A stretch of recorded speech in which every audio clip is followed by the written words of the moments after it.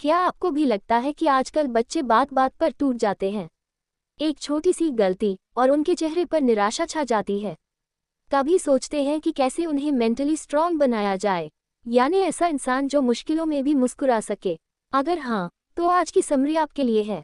नमस्ते दोस्तों, मैं हूँ आपकी समरी वाली और आज हम बात करेंगे उस किताब की जो हर पेरेंट को जरूर पढ़नी चाहिए, रेजिंग मेंटली स्ट्रांग किड्स, लेखक डॉक्टर डैनियल एमे और डॉक्टर चार्ल्स फे द्वारा। आज हम जानेंगे कि कैसे आप न्यूरोसाइंस और थोड़ी सी लॉजिक के सहारे अपने बच्चे को बना सकते हैं आत्मविश्वासी, जिम्मेदार और मानसिक रूप से मजबूत।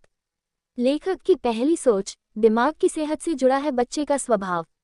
लेखक समझते हैं कि बच्चों का व्यवहार केवल परवरिश या संस्कारों का नतीजा नहीं होता, बल्कि ये इस बात पर भी निर्भर करता है कि उनका दिमाग कितना स्वस्थ है। यानी अगर बच्चा ज्यादा गुस्सैल, चिड़चिड़ा या सुस्त है, तो हो सकता है कि उसके ब्रेन को सही नींद, पोषण या आराम नहीं मिल रहा हो। याद है तारे जमीन पर का ईशान? सबने सोचा कि वो बिग गैल है, लेकिन असल में उसकी ब्रेन प्रोसेसिंग अलग थी। यही लेखक बताते हैं, बच्चे को जंक फूड की जगह दिमागी जूस चाहिए, यानी अच्छा खाना, भरपूर नींद और खेलने का समय। जब मस्तिष्क स्वस्थ होगा तो मन भी शांत रहेगा, थोड़ा ह्यूमर भी हो जाए। आजकल बच्चे फोर्टनाइट में तो हीरो बन जाते हैं, लेकिन बाहर धूप में खेलने को बोलो तो बोले पसीना आ जाएगा। ब्रेन को हेल्दी बनाने के लिए स्क्रीन टाइम नहीं, गली में टाइम जरूरी है। लेखक की दूसरी सोच, प्यार दो लेकिन उसमें लॉजिक भी हो।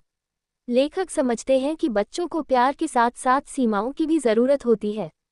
यानी वो यह नहीं कह रहे कि बच्चों पर सख्ती करो, बल्कि ये कि उन्हें निर्णय लेने की आज़ादी दो, लेकिन उनके फैसलों के नतीजों की जिम्मेदारी भी उन्हीं को उठाने दो।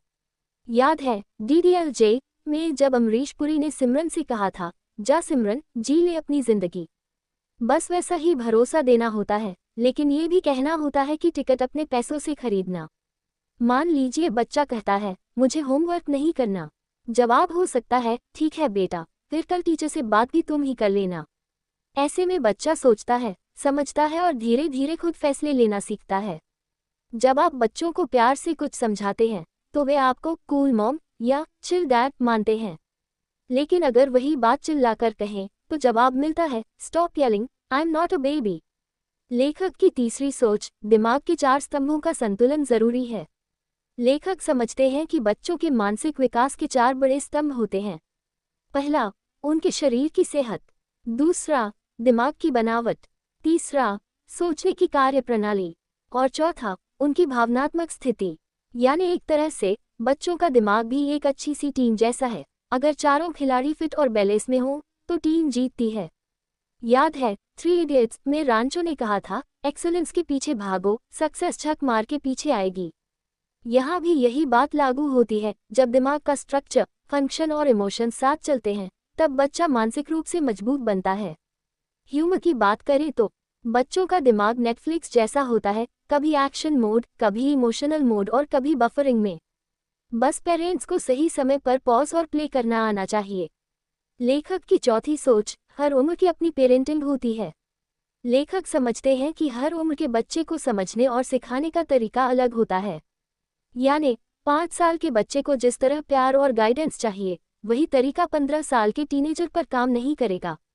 छोटे बच्चों को प्लेफुल डिसिप्लिन से सिखाएं, प्री टीन्स को बाउंड्रीज के साथ आज़ादी दीजिए, टीनेजर्स को स्पेस और ट्रस्ट दीजिए, लेकिन इनविजिबली साथ रहिए।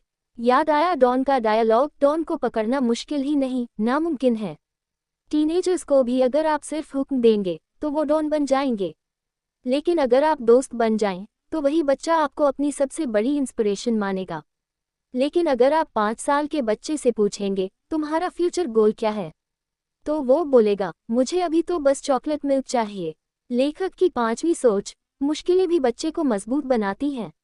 लेखक समझते हैं कि अगर हम बच्चों को हर बार बचाते रहेंगे तो वे कभी लड़ना नहीं सीखेंगे। यानी उन्हें छोटी छोटी परेशानियों से जूझने दीजिए ताकि वो रेजिलियंस यानी लचीलापन सीख सकें। याद है चक द इंडिया का वो सीन जहां टीम हारती है लेकिन फिर खून पसीना एक करके जीतती है। ठीक वैसे ही बच्चों को भी कभी कभी हारने दीजिए, गिरने दीजिए, ताकि अगली बार वो खुद उठ सकें। ह्यूमर का तड़का, जब बच्चा बोले मुझे मैथ्स समझ नहीं आता, तो जवाब हो, बिल गेट्स भी स्कूल में टॉपर नहीं था, पर उसने कैलकुलेटर ही बना दिया। यदि आपको ये समरी अच्छी लग रही है तो प्लीज़ लाइक और सब्सक्राइब ज़रूर करिए। क्या आपने कभी अपने बच्चे को किसी चैलेंज से जूझते देखा है? आपने क्या किया उस वक्त? कमेंट में बताएं और दूसरों को इंस्पायर कीजिए। तो दोस्तों, रेजिंग मेंटली स्ट्रॉन्ग किड्स हमें सिखाती है कि बच्चों को सिखाने के लिए डांट नहीं, समझदारी चाहिए। उन्हें स्पेस दीजिए, लेकिन साथ में दिमागी सेहत और भावनाओं पर भी ध्यान दीजिए। प्यार, लॉजिक और न्यूरोसाइंस मिलकर बच्चों को वो इंसान बना सकते हैं जो जिंदगी की हर चुनौती को हिम्मत से सामना कर सके। अगर आप चाहते हैं कि आपके बच्चे सिर्फ अच्छे मार्क्स नहीं, बल्कि मजबूत सोच के साथ बड़े हों, तो इस किताब को ज़रूर पढ़िए। लिंक डिस्क्रिप्शन में दिया गया है।